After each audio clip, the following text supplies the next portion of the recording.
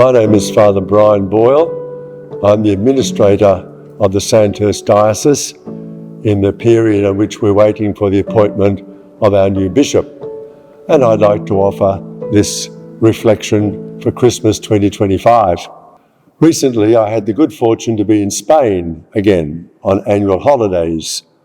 This is about my third visit to Spain and probably my last visit.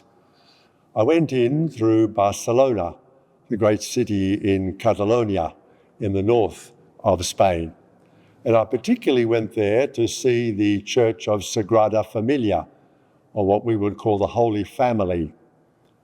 I first saw the church about 25 years ago, and this is the third time I've been back. And so it was wonderful to see the progress that's been made on building this church during that time. The church is the work of the great Catalan architect Anton Gaudí, and in fact most of Barcelona has many of the projects and architectural work of Gaudí in the city. But Sagrada Família would have to be his masterpiece. It was begun in the 1890s, and by the time that Gaudí himself died in 1926, and rather tragic circumstances, only part of the church had been completed. But now, nearly 100 years after Gaudí's death, they're getting very close to completing this masterpiece in Barcelona. If you go into the church, you would imagine it would look like most other churches, but it's not. Instead of pillars, they look like trees, and you have this sense of entering an enormous sacred forest full of all these icons and images that is put there. I'm sure that in time, once it's completed, Sagrada Família will take its place with many of the other great Christian churches of the world, places like Hagia Sophia in Istanbul, or St. Peter's Basilica in Rome. The church invites you to see things that are familiar in it: statues, crucifixes, representations, divine images, all of which we are familiar with. But the way in which Gaudí presents these and arranges these and even depicts these is really very different and very unique. It's an exquisite feast of the human senses and an exquisite feast of the human imagination. The church takes as its theme, like most Christian churches, incarnation, God becoming a human being in the person of Jesus himself. So the eastern door is called the Nativity door, and all the statues depict the event of Jesus' birth. The western door on the other side of the church is what's called the death door, where it represents the crucifixion and death of Jesus and his resurrection. Interestingly, the chief engineer in charge of the final section of the building of Sagrada Família is an Australian. He's been working on the project for several decades, and bit by bit, he's worked his way up through the hierarchy to become now the chief engineer of the final part of Sagrada Família, begun well over 100 years ago.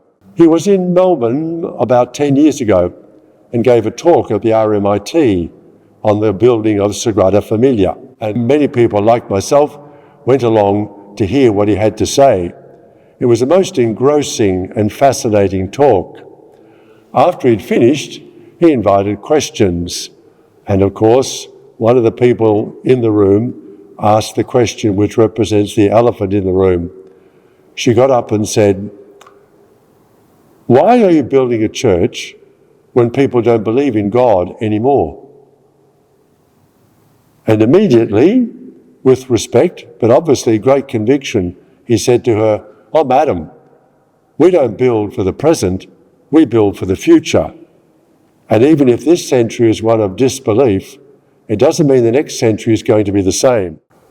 In other words, he saw Sagrada Família as a great monument of faith in this present age, an age when people are very indifferent to religious values, when the divine is banished from the market square, and religion and faith have little opportunity to present what they want in the public square itself.